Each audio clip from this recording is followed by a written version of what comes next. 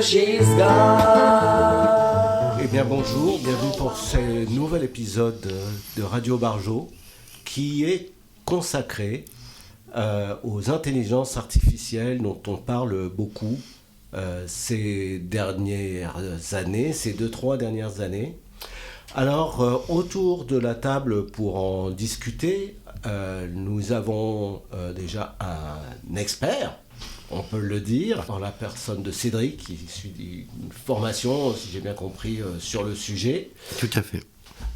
Nous avons Christian, qui a dit qu'il n'allait pas causer, donc vous ne l'entendrez peut-être pas cette fois-ci. Balance. Et bah, du coup, tu as causé quand même. Hein. Ouais. Et nous avons Martin, qui sort de ses pierres, de ses carrières, de l'Ouest américain. Et de l'Ouest américain, pour changer de sujet et nous suivre dans un sujet qui n'est pas le sien. Si, un peu, j'avais fait il y a pas mal de temps un stage de près d'un an d'analyste programmeur. Donc j'ai des notions d'informatique, le codage binaire, les octets, etc. Ok, bah donc super. Ça fait une superbe table pour démarrer. Une superbe table, oui. Alors, je vais commencer par présenter un peu. On a fait, pour être vraiment transparent, pour faire l'émission, on en a parlé, on en a discuté lors d'une préparation d'émission. Et moi, j'ai pris des notes. Et Cédric a pris mes notes. Je les lui ai envoyées brutes de décoffrage. Il les a envoyées dans le chat GPT. Et au bout de 2 secondes, qu'est-ce qu'il a eu ? Il a eu le plan de l'émission. Donc déjà, cette émission est sponsorisée par ChatGPT. Oui, ChatGPT a été utilisé pour réaliser la trame de l'émission, c'est-à-dire le plan de ce que l'on va discuter maintenant. Voilà.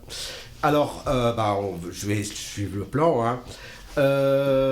Déjà, le titre de l'émission, c'est l'intelligence artificielle et ses enjeux éthiques, parce qu'on a considéré qu'effectivement, il y a quand même beaucoup de problématiques qui se posent, et la question est de savoir comment on va faire pour réussir à vivre avec ce qui est devenu maintenant une invention humaine qui marche, qui fonctionne, qui est vendue, qui est distribuée, qui est même maintenant, depuis pas longtemps, en open source. Donc maintenant, en fait, même les gens qui sont fanats d'open source peuvent l'utiliser et l'adapter et la retransformer pour leurs propres besoins. J'ai entendu l'information ce matin même, c'est l'intelligence artificielle chinoise qui vient d'ouvrir, qui vient de démarrer.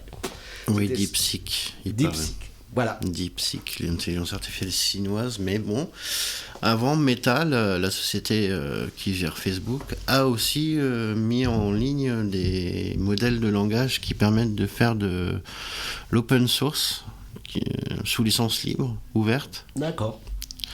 Qui permettent d'exploiter un peu leurs travaux. D'accord. Gratuitement. Est-ce que tu peux nous faire une sorte de portrait de définition de ce que serait une intelligence artificielle ? Alors, c'est parti. Oui. Une intelligence artificielle, c'est tout simplement la définition basique, c'est la tentative de reproduire l'intelligence humaine dans les machines. C'est parti des années 50 à peu près, lorsque le perceptron a vu le jour. Mais avant, en parallèle, déjà, des tentatives ont été réalisées pour simuler un jeu, les jeux comme les jeux d'échecs ou le Go ou le backgammon et tout ça. Les mathématiciens, les informaticiens qui s'intéressent à l'intelligence humaine et qui veulent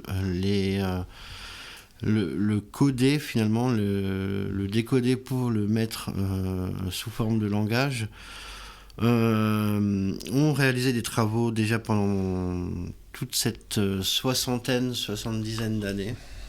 Ah, donc ça ne date pas d'hier. Ça ne date pas d'hier, non. Mais ce qui date d'hier, c'est les modèles de langage, comme on dit, les modèles avec qui on peut discuter, qui comprennent le langage naturel humain.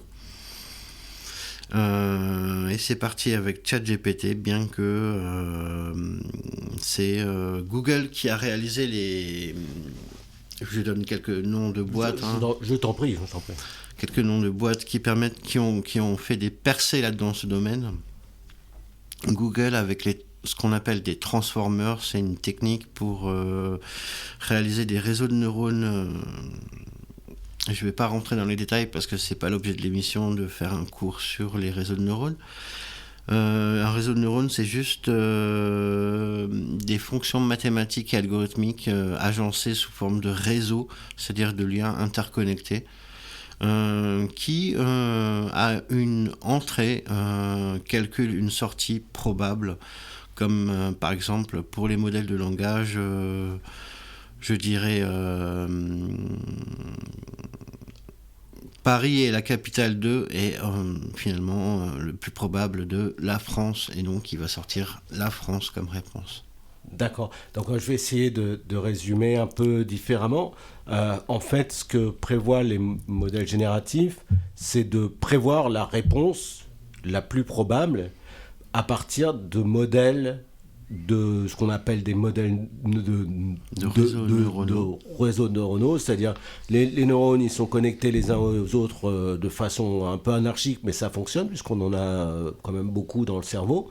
Et donc, ce que voulaient faire les gens, c'était avec des modèles purement mathématiques, avec des algorithmes, avec du code informatique, de reproduire ce mode de fonctionnement de réseaux de neurones les uns aux autres, connectés les uns aux autres. Je ne sais pas si je suis... C'est à peu près ça, oui, c'est ça, oui. C'est à une tâche donnée, on associe un réseau de neurones, un algorithme finalement. Le mot-clé à retenir, c'est un algorithme. D'accord. Les algorithmes sont toujours présents, mais ils sont présents depuis longtemps quand même, quoi. Les algorithmes, ça existe depuis la fin du 19e siècle. C'est... Babbage, Babbage est la première. En fait, c'est une femme qui a écrit le premier algorithme, Ada Lovelace, qui était la fille de Lord Byron et qui était liée avec Babbage, etc. Donc tout cela ne date pas d'hier quand même. Non. Mais l'évolution, la recherche scientifique et les investissements massifs ont fait que aujourd'hui on parle beaucoup de ça. Oui, énormément. Puis, alors, je continue à suivre le plan. Du coup, on a essayé d'expliquer ce que c'était, mais donc on a un mythe quand même de l'intelligence artificielle, de ce que sont qui sont apportés bien sûr par la littérature, mais aussi les films. Avant de démarrer l'enregistrement, Martin parlait de Terminator et Robocop aussi. Et de Robocop. Oui. C'était l'image que tu avais, toi Oui, l'image de l'intelligence artificielle, comme a dit Cédric, c'est vrai que moi j'ai observé les joueurs d'échecs qui jouent contre une machine. Donc ça, c'est pour moi une image qui vient en premier. J'ai l'impression qu'il y avait même des histoires très anciennes avec une machine dès le 19e siècle. Ça je sais pas trop. Et Robocop, effectivement, c'est un individu qui a subi un traumatisme très violent dans l'exercice de sa fonction de policier, et on l'a retapé en lui adjoignant une partie, je dirais, d'intelligence artificielle qui s'ajoute à son cerveau résiduel. Pour moi, c'est ça à peu près. On n'en est pas encore là, la cybernétique et tout ça. Ouais. Maintenant, il y a des gens qui font des recherches là-dedans avec des puces qui veulent intégrer au cerveau, mais ça, c'est de la pure fiction encore. Hein. Pareil pour Terminator, je dirais. Terminator, les robots, Terminator, ça serait un exemple de ce qu'on pourrait appeler une intelligence artificielle générale, mais mauvaise, puisqu'elle a pris le contrôle, elle prend le contrôle du réseau, et elle fabrique en masse des robots qui sont là pour détruire l'humanité ou la contrôler. La plupart des paranoïaques sont faciles à déceler, mais ce type est unique. Pourquoi a-t-il tué ces deux femmes ? Toutes les archives ont été détruites pendant la guerre. Il ne connaît que le nom de celle qui a mis Connor au monde. Il ignore son prénom, son adresse. Il ne connaît que la ville. Il tue systématiquement. C'est le Terminator. S'il vous plaît, un nom. Je refuse. Je vous en ai dit assez. J'ai répondu à toutes vos questions. Je veux voir d'urgence Sarah Connor. Ça ne dépend pas de moi. Mais pourquoi je vous parle alors? Parce que je sais... Qui est responsable ici? Je ne sais pas. J'en ai marre. Combien de fois faut-il que je vous le dise? Moi, ça me faisait rire cette histoire-là de Terminator. J'aurais plus pensé à Terminator qu'à Robocop. J'aurais pensé à... vous savez, c'est la fameuse blague où il frappe à la porte et il dit allô, Sarah Connor. Bah oui, j'y vais. Et voici la gaffe. Sarah Connor. C'est à côté. J'ai toute la presse. J'ai même 2 politiques. Non, j'attends beaucoup de cette conférence de presse. Sarah Connor. Oui. Parce que il pense que probablement c'est la bonne Sarah Connor et en fait il s'avère que non, pas du tout. Donc voilà, on a déjà une intelligence artificielle qui fonctionne de façon donc avec des probabilités, de façon probabiliste et qui se loupe complètement. Oui, c'est pas parfait, hein. On n'a jamais dit que c'était parfait. Enfin, moi, j'aime beaucoup l'évolution de ce qu'on appelle maintenant l'intelligence artificielle. Mais de là à dire qu'on peut atteindre un Terminator, je suis pas encore... et un Terminator qui se loupe, j'en suis pas encore là, quoi. Ouais. Alors, je vois dans le plan aussi, il y a tu voulais traiter la différence entre 2 sortes d'intelligence artificielle, parce que en fait, il en existe plusieurs sortes. Tu dis qu'il y a des IA prédictives, donc ont-ils une boule de cristal, et une intelligence artificielle générative. Est-ce que tu peux donner des exemples de différence entre ces deux éléments? Tout à fait. Par exemple, déjà, il faut le mettre dans le contexte. L'intelligence artificielle, c'est un domaine qui regroupe plusieurs choses. Le machine learning, ou l'apprentissage automatique, qui est une technique, tout un pendre de la recherche pour mathématiser et théoriser la façon dont on peut apprendre quelque chose, apprendre une tâche par l'expérience, par les données, et la reproduire sans forcément la programmer de manière explicite. Ça, c'est le machine learning. Après, dans ce cadre-là, il y a une sous-partie, c'est l'IA prédictive, le machine learning prédictive, l'analyse prédictive, qui, par exemple, le classique, c'est la régression linéaire ou la classification. C'est-à-dire que ça va être utilisé pour prédire des valeurs à partir d'un jeu de données, ou alors de prédire, par exemple dans le domaine médical, un cas de diabète ou pas, quoi. La classification et la régression, linéaire ou non linéaire, sont deux problèmes de l'apprentissage automatique ou machine learning. L'IA générative, c'est encore une autre partie de ce domaine. C'est une technique qui va permettre de générer du texte, ou alors des images, ou alors des vidéos. Ça se fait pas encore très longue, mais déjà, on peut déjà faire des choses comme générer des vidéos. De la musique aussi. Des exemples concrets de la musique aussi, oui. J'ai juste une toute petite info.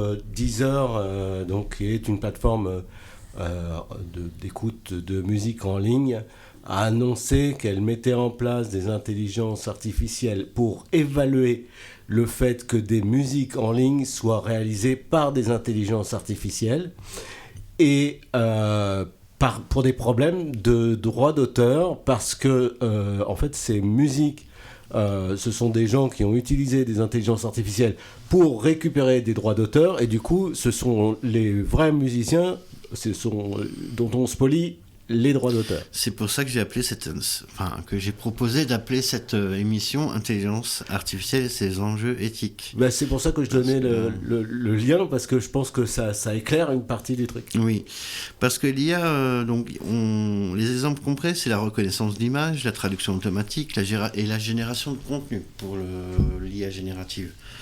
Et la génération de contenu, quelle que soit l'IA, il faut un jeu d'entraînement. Il faut des données. Concrètement, c'est quoi des données ? C'est des textes qu'on a trouvés sur Internet, c'est des corpus de textes, c'est des vidéos, c'est des extraits de conversations sur des sujets techniques comme sur... je sais plus comment ça s'appelle. Wikipédia est pollué. Wikipédia, par exemple, oui. Il est spolié de tout son contenu. C'était une ressource. Tout à fait, ça a été... Voilà. Sous l'écran dactyle, nos poumons s'essoufflent. Les pouces créent des histoires en pixels doux. Un mot du bout des doigts file et se boucle. Sous la lumière bleue, tout devient flou. Pouce magique qui danse et éclate. Un univers entier dans une simple touche. Les phrases défilent, les rêves éclatent. Le smartphone me chante et les mots me touchent. Chaque texte écrit cache nos pensées. Les cœurs s'ouvrent, les histoires dévoilées. Les émotions s'échappent, codifiées.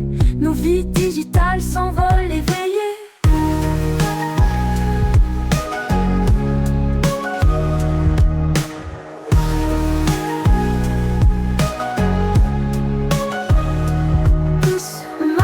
Qui danse éclate.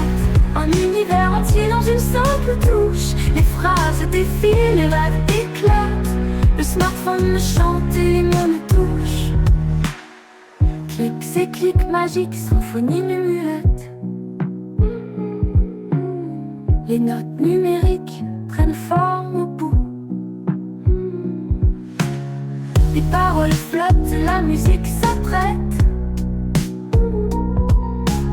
Sous nos doigts agiles, l'écran rend tout fou. Pouce magique qui danse et éclate. Un univers entier dans une simple touche. Les phrases défilent, les rêves éclatent. Le smartphone me chante et les mots nous touchent. Pouce magique qui danse et éclate. Un univers entier dans une simple touche. Les phrases défilent, les rêves éclatent. Le smartphone me chante et les mots nous touchent.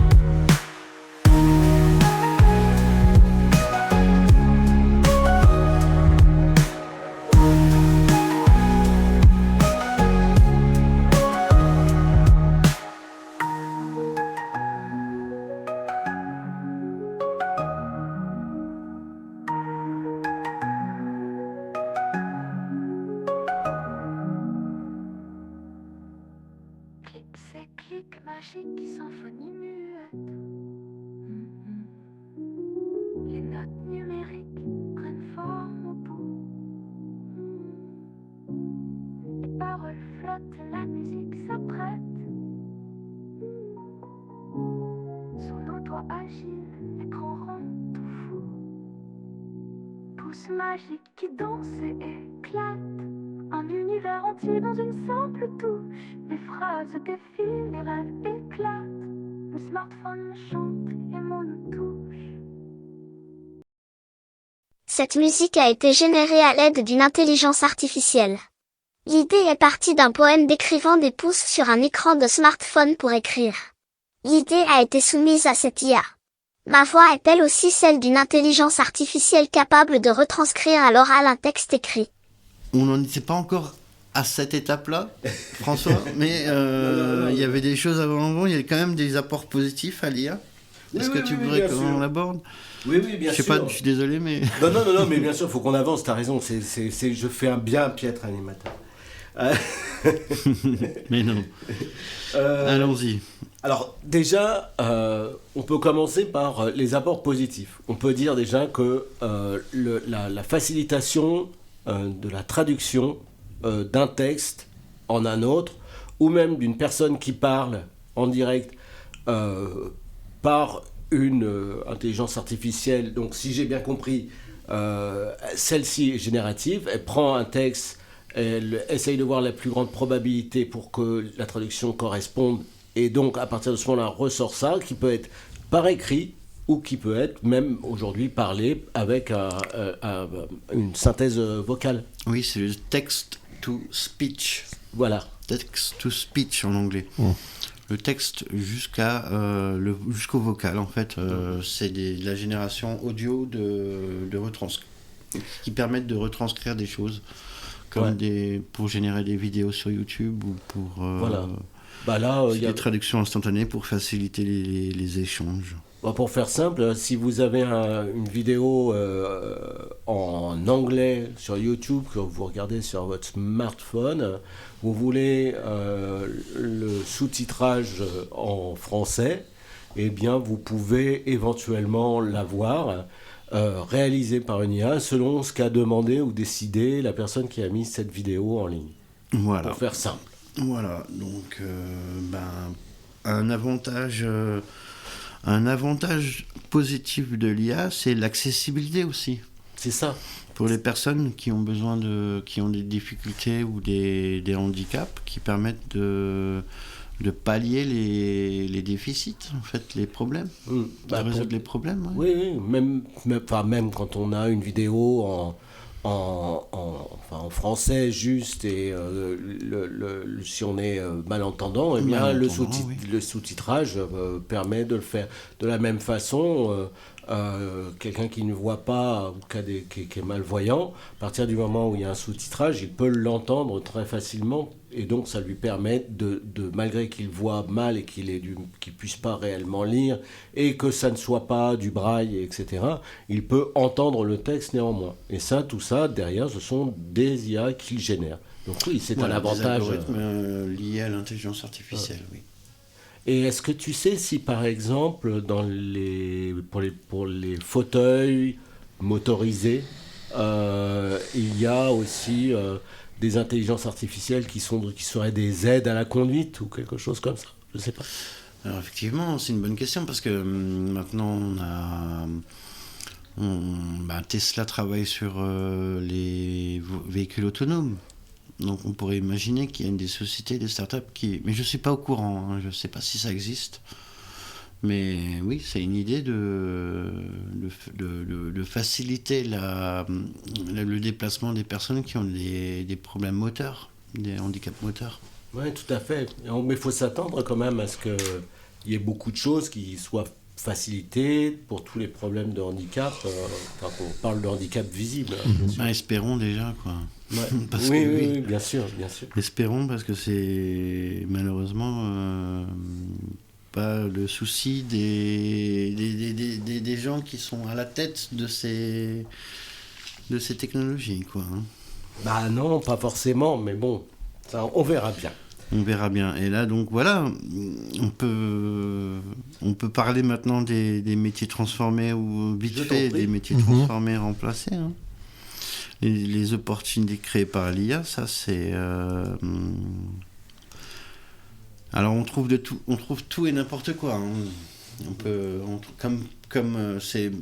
Il y a des profiteurs qui créent des pseudo-formations, des pseudo-vidéos pour s'enrichir grâce à l'IA.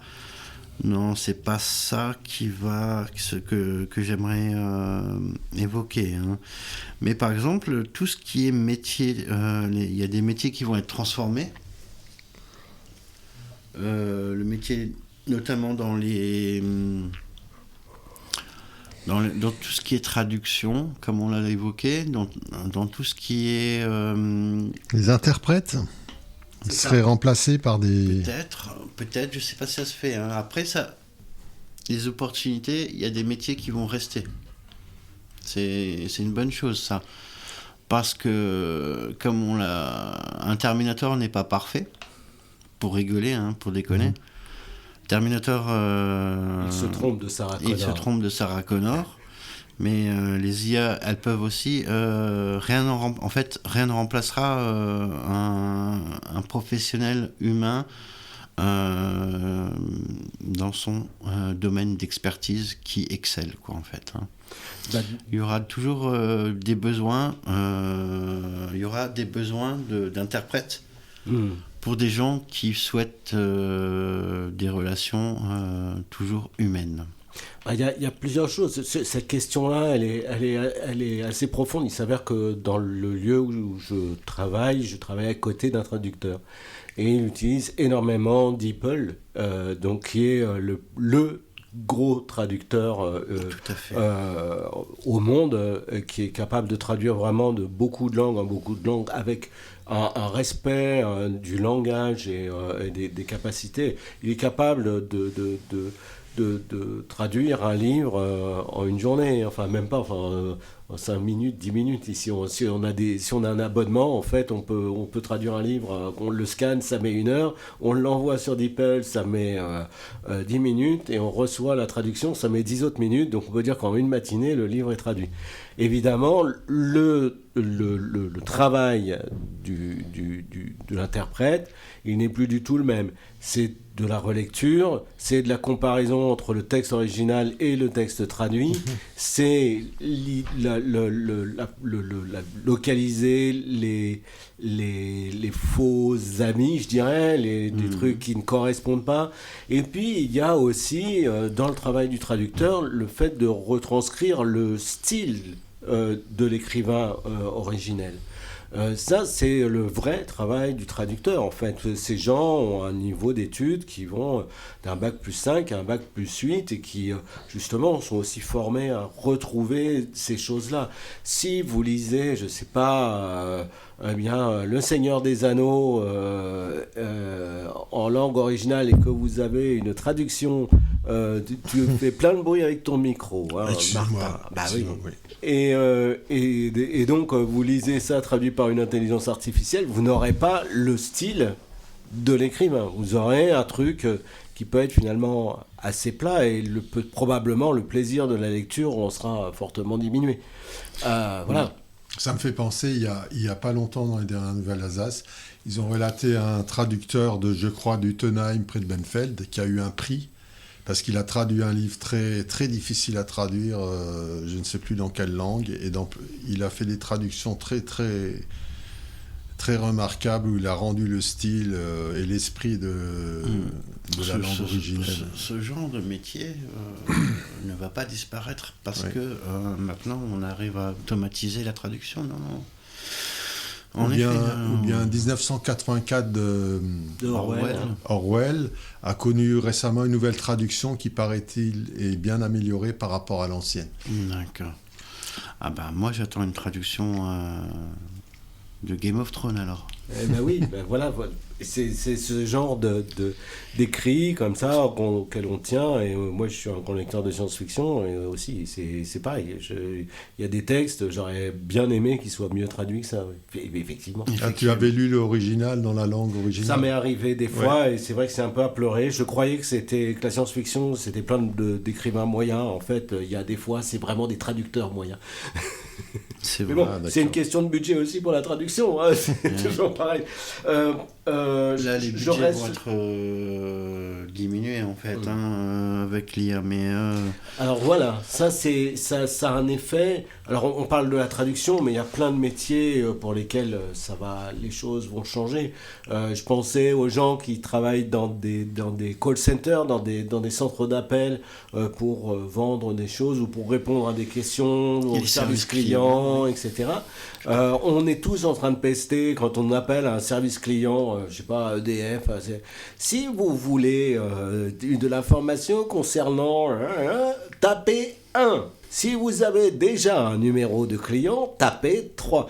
Là, on va avoir une IA qui va faire exactement la même chose, donc ça va pas changer, mais il n'empêche que du coup, le fait d'avoir une personne au téléphone qui remplace la machine va déjà être d'un call center, d'une personne qui est dans un call center, ça va déjà être qu'est-ce que ça va donner? Est-ce qu'on va s'y plaire? Au GEMOB, il y a plusieurs personnes qui ont travaillé ou qui travaillent même actuellement dans des call centers, donc c'est voilà, on pense à eux. Est-ce qu'on va encore avoir besoin d'eux?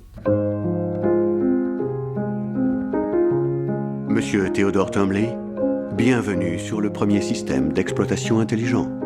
Nous aimerions vous poser quelques questions. Allez-y. Êtes-vous sociable ou solitaire? Ça fait un moment que j'ai pas été sociable. Comment décririez-vous votre relation avec votre mère? Merci. Patientez pendant l'initialisation de votre système d'exploitation. Voilà, je suis là. Salut. Bonjour, je m'appelle Samantha. Bonjour Théodore. Bonjour. Tu as un rendez-vous dans 5 minutes. Il serait peut-être temps de te lever, non? T'es trop marrante. Je suis marrante. Super. Je veux tout apprendre, surtout. J'aime ta façon de voir le monde. Tu crois que tu seras bientôt prêt à ressortir avec des filles? Comment ça? J'ai lu dans tes mails que tu étais séparée. Dis donc, t'es bien curieuse. C'était comment d'être mariée? Ça peut être magnifique de partager sa vie avec quelqu'un. Comment on peut partager sa vie avec quelqu'un? Vous venez d'entendre la bande-annonce du film de Spike Jonze, Heure, qui raconte une histoire d'amour entre une IA et un homme. Ma voix est elle aussi celle d'une IA. Tout à fait. Mais pour la traduction, est-ce que la traduction d'un interprète en temps réel d'une personne qui parle, par exemple, à la télé, ça pourrait être fait par une intelligence artificielle? Une personne qui... Ouais. Ou les traducteurs au Parlement européen, ou bien à la télé, quand il y a, je sais pas, par exemple, un Anglais qui parle en anglais, il y a un interprète qui traduit en temps réel. C'est, paraît-il, très difficile à faire. En temps réel, oui. C'est-à-dire immédiatement, dans un délai d'une seconde, il traduit. Est-ce que l'intelligence artificielle pourrait faire ça? Ça, bonne question. Ça, je sais pas. Hein. Je suppose qu'il doit y avoir des gens qui sont... Il y a des gens qui bossent là-dessus, oui. Il y a des... En théorie, oui. Pour la reconnaissance... En théorie, oui. C'est-à-dire qu'il n'a pas de délai, contrairement à celui qui utilise DeepL. Le truc, c'est... Tu as plusieurs étapes. Tu as quelqu'un qui parle, mettons, la Finlande fait partie de l'Europe.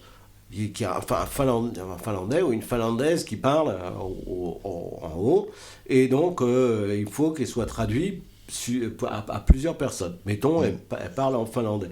Eh bien, il faut que ce texte, enfin, ce qu'elle dit, ce que cette personne dit, soit retranscrite en mots, etc., et soit ensuite traduit. Et en théorie, déjà, ça, c'est fait. C'est-à-dire que speech to text, c'est-à-dire l'inverse de texte to speech, là, c'est speech to speech. Et là, si tu veux, il faut encore une étape supplémentaire qui refasse l'inverse, et c'est-à-dire qu'il fasse du text to speech à partir du texte traduit depuis le fait que la personne parle. En théorie, c'est possible. La question est celle du délai. C'est-à-dire, est-ce que le délai est de 5 minutes, 1 minute, 30 secondes, 5 secondes? C'est ça, oui. Ça dépend de la capacité de calcul... de la machine qui fait tourner les algorithmes. Du coup, on va probablement voir ça dans les années qui viennent. Probablement. Hein. Maintenant, Nvidia, la grosse boîte qui fait des GPU, des Graphical Processor Units, des cartes graphiques, investit à fond. Il y en a d'autres qui suivent. On essaye de réduire les tailles d'algorithmes, qui... La complexité algorithmique, en fait, je ne veux pas rentrer dans des mots techniques, mais... C'est simplement pour que ça aille plus vite et que ça soit plus rapide. C'est ça. C'est ça, oui. Et moins consommateur d'énergie, parce que ça, c'est aussi un gros problème dont on parle souvent. L'énergie électrique utilisée, consommée par les data centers qui font tourner tous ces modèles de langage sont énormes. Alors il y a plein de risques liés à l'IA, des problèmes de désinformation, des fausses vidéos, des deepfakes, des fakes. Oui, on en Martin voit. m'a raconté une anecdote, pas une anecdote drôle, mais c'était quoi? C'était une visioconférence. Dans les dernières nouvelles d'Alsace, il y a des spécialistes contre la cybercriminalité et ils disaient que à ce moment même, ça se fait de façon répétée. Il y a des fausses visioconférences et la personne arnaquée se trouve en réseau temps avec réel. 3 autres, mais sauf que les 3 autres sont des fictions créées par ordinateur. Oui. Et il est absolument convaincu, celui qui a arnaqué, que les autres existent. Il paraît que c'est pas de la fiction, ça se passe actuellement. Oui. Il y a une dame, une personne riche qui croyait que aider Brad Pitt, non, il me semble, il y a eu une information là-dessus. Oui, Elle s'est fait oui. arnaquer de plusieurs centaines de milliers de dollars. Ouais. Ben oui. Et donc elle a eu ce qu'on appelle un deepfake de Brad Pitt qui l'a appelé. Et elle l'a eu en visio, elle l'a eu au téléphone. Ça, je J'ai sais pas vraiment suivi moi. Là. Moi non plus, j'ai entendu ça, j'ai vu passer l'info, mais j'ai pas cherché à comprendre plus. Voilà, il y a des risques avec toutes les technologies qui sortent, notamment celui de polluer le fil de nos réseaux sociaux, par exemple. Avec de la désinformation. En fait, ce qui moi me surprend toujours, je sais pas si on en avait parlé lors de la préparation, oui je pense, ça fait des années, ça fait des dizaines d'années qu'on sait ce qu'est une image. On sait que c'est une représentation, que ce n'est pas la réalité. Y compris quand on a quelqu'un à qui on parle dans son téléphone. Qu'on est en vidéo, sur le téléphone. On sait qu'une image, je sais pas, de n'importe quoi, de guerre, d'un parlement, etc., on sait que ce sont des images qui sont susceptibles d'être manipulées, pas uniquement formellement, en faisant disparaître des personnes qui sont sur la photo, mais aussi des images qui sont censées vouloir dire autre chose, mais en les mettant dans un autre contexte, on leur fait dire autre chose. Ça fait des années qu'on le sait. Il y a même des gens qui sont amusés. Au début de Arte, il y avait quelqu'un qui s'était amusé à faire des deepfakes, mais il les avait fait lui-même.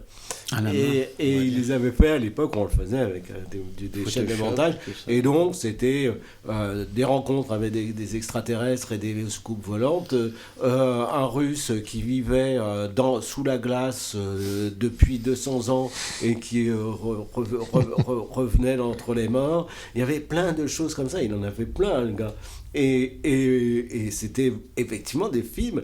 Il y a des gens qui y croyaient. Et il n'y avait rien à faire. On a beau dire aux gens, mais une image, c'est une image, ce n'est pas la réalité. On n'arrive pas à empêcher cette volonté de croire aux images. Voilà, en fait, on ne devrait pas croire en l'image, mais on est dans une société d'images et on ne fait que croire dans des images. L'éducation aux médias a de l'avenir, Ouais, mais apparemment, ça suffit pas. Mais ça suffit pas, ouais. Mais il y a encore 10% de la population qui croit que la Terre est plate.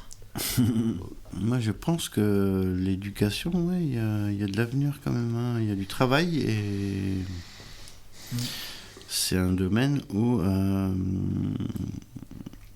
il y aura toujours du travail, à mon avis, malgré les jobs qui vont être remplacés par des robots. Oui. C'est précisément ça, cette transformation des métiers dont tu parlais de tout à l'heure. C'est-à-dire qu'il va y avoir des métiers qui vont être justement à accompagner à cette nouvelle vie avec les intelligences artificielles. C'est ça. Comme pour dans le domaine de la santé mentale, il y a un bel avenir parce que la santé mentale ne pourra pas être affectée par un soin, prodiguer un soin.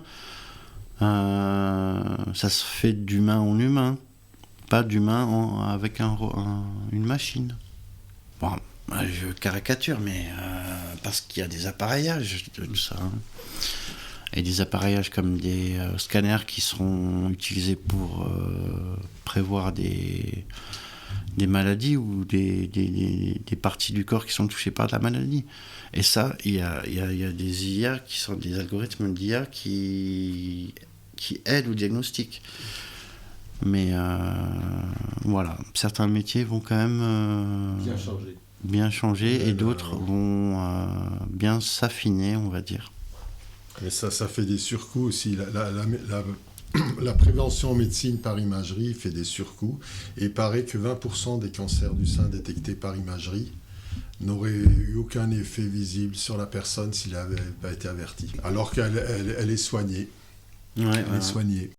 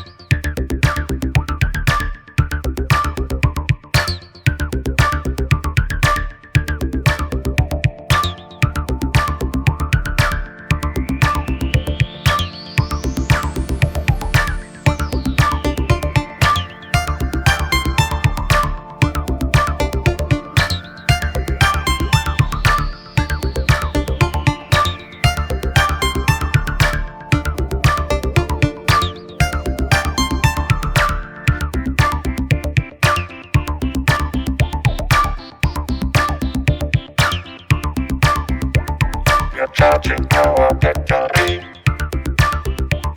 and now we are full of energy. We are the robots. We are the robots. We are the robots. We are the robots.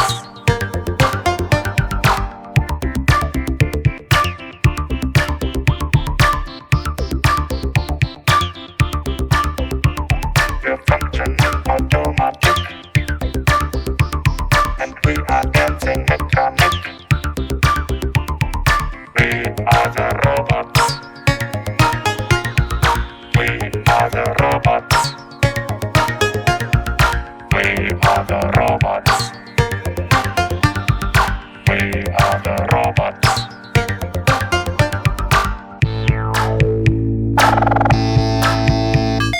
Я твой слуга, я твой работник. Я твой слуга, я твой работник.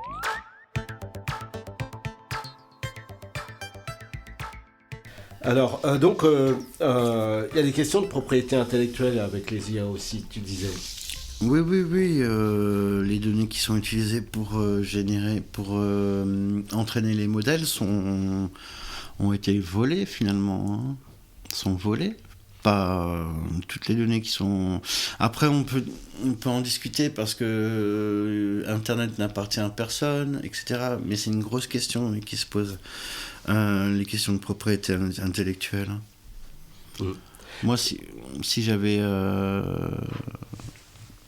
une œuvre et qu'on me l'a piqué comme ça, je sais pas comment je réagirais. Les auteurs ou les artistes, que je rencontre, ils sont pas contents. Non. Et d'autant plus que les enseignants en métier d'art, on leur propose des formations pour savoir utiliser l'intelligence artificielle de façon à pouvoir le retranscrire à leurs étudiants. Donc ils râlent d'autant plus fort, quoi. Notamment dans les écoles privées en art graphique. Ouais. Donc effectivement, ces positionnements, on arrive à la question de l'éthique, effectivement, puisque c'était ça le sujet initial, mais c'est évident déjà qu'à un niveau individuel, on peut comprendre que les gens aient des craintes à partir du moment où il y a des métiers qui vont disparaître, mais comment se repositionner, en combien de temps, puis est-ce qu'on va, comment on va s'y prendre pour accompagner tout cet ensemble de personnes qui avaient du boulot et qui en aura beaucoup moins finalement aujourd'hui. C'est ça. C'est ça. Des questions. Quelles sont tes solutions? Je n'ai pas de solution, moi. Je suis pas à la tête de ce mouvement et de ces technologies. Mais on avait évoqué lors de la préparation, on avait parlé du revenu universel de base. Oui, revenu universel. Alors pour situer les choses, le revenu universel de base qui est donc défendu pour l'instant par en France un seul parti politique qui est le Parti Pirate, l'idée est d'avoir un revenu actuellement 1500 ou 1600 euros pour toute personne, comprenant en fait tous ses frais. Pour vivre de manière... Pour vivre de façon... Il y a une vingtaine d'années, même les socialistes, certains étaient pour ça. Les socialistes, il y a 20 ans. Ouais. Benoît Hamon. Voilà. Alors, qu'est-ce qu'on peut encore avoir comme thème d'accompagnement éthique à l'utilisation des intelligences artificielles? Parce que le revenu universel, ok. Ce qu'on avait dit, c'était l'éducation aux usages des outils numériques et de l'IA. Ça, j'en ai un peu parlé en disant que ça avait de l'avenir. Éduquer les personnes pour reconnaître des images, justement, l'effet d'une image, le contexte, s'il est plausible ou pas, si elle est plausible ou pas. Tout ça, ça doit être réfléchi et programmé par exemple par l'éducation nationale, intégré dans les programmes de l'éducation nationale. Il y a quelques enseignants qui le font déjà, je pense même. Je ne suis pas certain, mais il me semble, oui. Mais au passage, pour l'enseignement, il y a, disons, 15-20 ans, ils se lançaient à fond dans les tablettes en disant que, avec une seule tablette et des logiciels, on s'épargnait d'avoir 12 livres lourds. Mais il y a eu, paraît-il, un retour en arrière ces dernières années et ils reviennent aux livres. Donc, quelque part, c'est un rétropédalage vis-à-vis de l'informatique. Le truc, c'était qu'en fait, on s'est rendu compte que les gens ne diversifiaient pas leur support de médias. De ce que j'ai compris, c'est-à-dire que quand tu peux lire avec un papier et avec un écran, c'est pas grave. Si tu ne perçois des livres uniquement ou de l'écrit uniquement qu'avec un écran, surtout si ce même écran te propose de façon intéressante des vidéos aussi, où tu dis je vais pas lire parce qu'il y a déjà de la vidéo, enfin faut pas exagérer non plus. Donc en fait l'image est attirante en soi. Donc effectivement, et même ça, ne plus avoir de DVD ou avoir les VHS, on avait des grosses VHS. Et voilà. Et donc en fait, la diversification des supports de médias, je crois, c'était surtout ça qui posait problème. C'était une idée a priori, l'écran remplace tous les livres, mais je crois que les enseignants ont obtenu qu'on revienne aux livres. Ça, je sais pas trop, je ne suis pas informé sur cette question-là. En tout cas, au Canada, il y a vraiment eu un rétropédalage. Vers les livres, Oui, mais ça, c'est important quand même. Chez nous aussi. Chez nous on aussi. lit sur un livre ou un écran, la lecture, c'est indispensable. Oui. L'écriture, le calcul, les compétences de base de l'école et du collège. Et quand on feuillette un livre, on a des potentialités qu'on n'a pas avec un écran, où il faut par exemple faire défiler longuement ou cliquer plusieurs fois. Le livre, instantanément, on feuillette. Et puis il y a un plaisir... Après, c'est une autre manière c'est deux comportements différents. Oui. Que c'est deux comportements différents. On peut écrire des notes au crayon sur le livre. Chose pas si facile l'équivalent n'est pas si facile avec un ordinateur. Mais bon, c'est de toute façon, dans les jeunes générations, l'ordinateur est en train de disparaître, ce qui est assez incroyable pour quelqu'un de nos générations. Mais en fait, aujourd'hui, il n'y a plus que le smartphone quasiment. Éventuellement en tablette, mais enfin grand smartphone.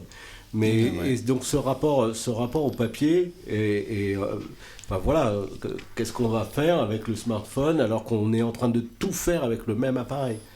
Téléphoner, envoyer des trucs, lire, réviser son cours, avoir un podcast, enfin on fait tout avec. Il y avait une blague sur emmener son smartphone aux toilettes parce qu'on pouvait avoir du papier comme ça. C'est une mauvaise blague, mais bon, il fallait la faire quand même. Enfin, bref, toujours est-il que quand cette chose qui est désormais nourrie par des intelligences artificielles, et donc on est en contact permanent aujourd'hui avec des intelligences artificielles dans les réseaux sociaux, sur YouTube, quand on fait des achats, ça devient vraiment quelque chose.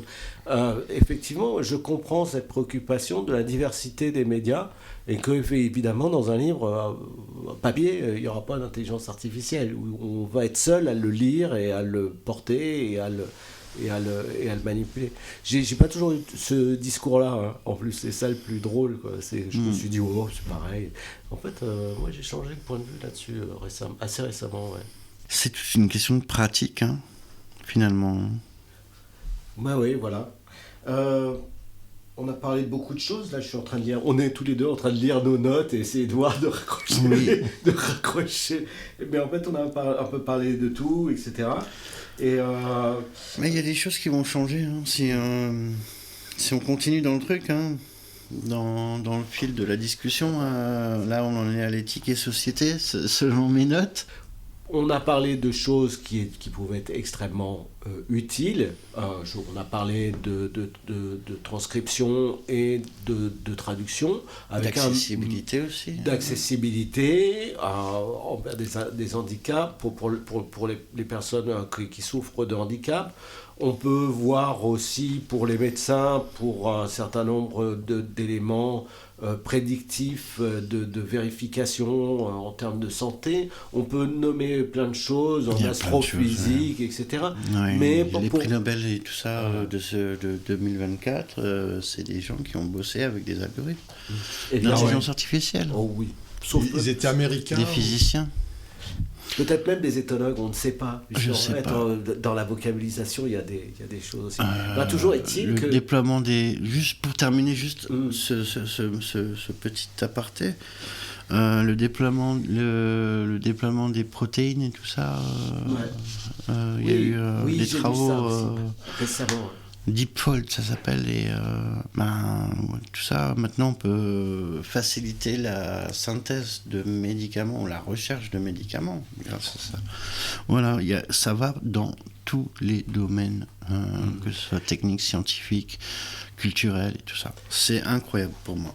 Et là où je voulais en venir, c'est que, et bien évidemment, la recherche scientifique qui va avoir peut-être une rentabilité à plus ou moins long terme, c'est-à-dire 10, 15, 20 ans, ce n'est pas rentable à court terme, et or, c'est des rentabilités à court terme qui permettent le financement de ces appareils. Donc en fait, d'une certaine façon, j'aurais tendance moi à dire que nous sommes les gens qui finançons les intelligences artificielles par nos utilisations régulières, journalières, avec nos téléphones, etc. etc.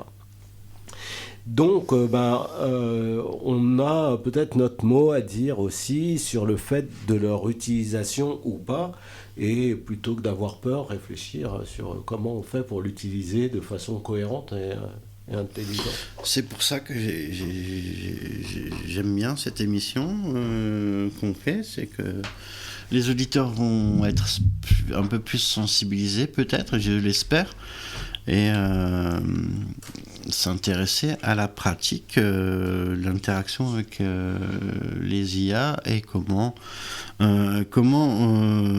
décider si c'est une menace ou pas, ou une opportunité pour l'homme, l'humanité. Voilà. Bah oui, il faut espérer que chacun puisse se donner son avis, et puis se prendre, vraiment avoir un avis plus éclairé peut-être, c'est pas s'il faut espérer. Voilà, c'est tout mon espoir pour aujourd'hui, on va dire. Bon, super, merci Cédric. Merci Martin. Oui. De rien. Merci Christian qui n'a rien dit. J'ai IA prédictive et j'ai prédit que Christian n'allait quasiment pas parler et j'ai vu juste. Mais t'as passé un bon moment, rassure-nous. T'as appris des trucs super. Alors c'est chou. Voilà, merci beaucoup et puis à la prochaine pour une prochaine émission de Radio Barjo. Radio Barjo. Merci beaucoup, au revoir. Au revoir. Et moi je m'appelle Lucien. Vous m'avez oublié ? Et moi je m'appelle Héloïse. Vous m'avez oublié ?